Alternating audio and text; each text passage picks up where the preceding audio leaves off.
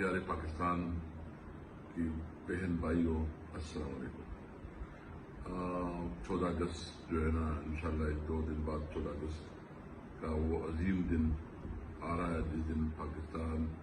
آزاد ہوا تھا، اور ہمارے بزرگوں نے ایک خواب دیکھا تھا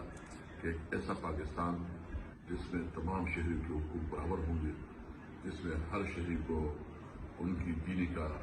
ان کی زندگی کا، ان کے رہن سہن کا، ان کی تعلیم کا، ان کے روزگار کا، ان کی صحت کا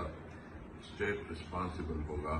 اور ایک ایسا اسٹیٹ اور ایسا ملک مملکت خداداد وجود میں آئے گا جہاں مسلمان اپنے دین اسلام کی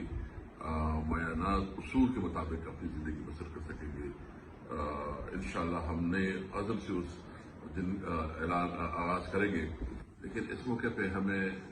اس بات پہ بھی افسوس ہے جس وقت پاکستان کی صورتحال ہے، خاص کر ہمارا لیڈر عمران خان جو اس وقت جیل میں ہے، اور جس طرح وہ ایک فاشسٹ گورنمنٹ کے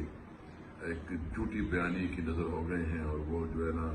ان کے خلاف جھوٹی مقدمات بنا کے اس کو گرفتار کیا گیا ہے، صرف اس لیے کہ اس کو اقتدار سے باہر رکھا جائے، جو کہ انتہائی افسوسناک ہے۔ اور ہم اپنی لیڈر کے ساتھ ایک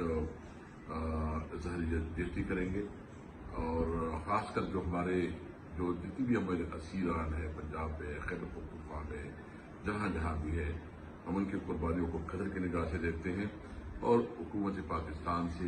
اور خاص کر جو نیا اس وقت جو ہے نا کہ ٹیکر گورنمنٹ بن رہی ہے، نیا پرائم منسٹر آ رہا ہے، ہم اس مطالبہ کریں گے کہ ان تمام جھوٹی مقدمات کو ختم کیا جائے، اور عمران خان سمیت جتنی بھی ہمارے اسیر لیڈرشپ ہے سب کو رہا کیا جائے، اور الیکشن کے لیے فری اینڈ فیئر الیکشن کے لیے سازگار ماحول پیدا کی جائے، تاکہ عوام اپنے صحیح معنوں میں اپنی نمائندگی چن سکے۔ اور میں خاص کر جو اس وقت ہمارے جیل میں ہمارے جو ورکر ہیں ان کو خصوصاً خراج تحسین پیش کرتا ہوں، اور ان کو یقین دہانی کرتا ہوں کہ آپ کی قربانی رائیگاں نہیں جائے گی۔ یہ اس ملک میں قانون کی حکمرانی کے لیے جو جدوجہد ہو رہی ہے، انشاءاللہ تعالی یہ رنگ لائے گی۔ پاکستان زندہ باد۔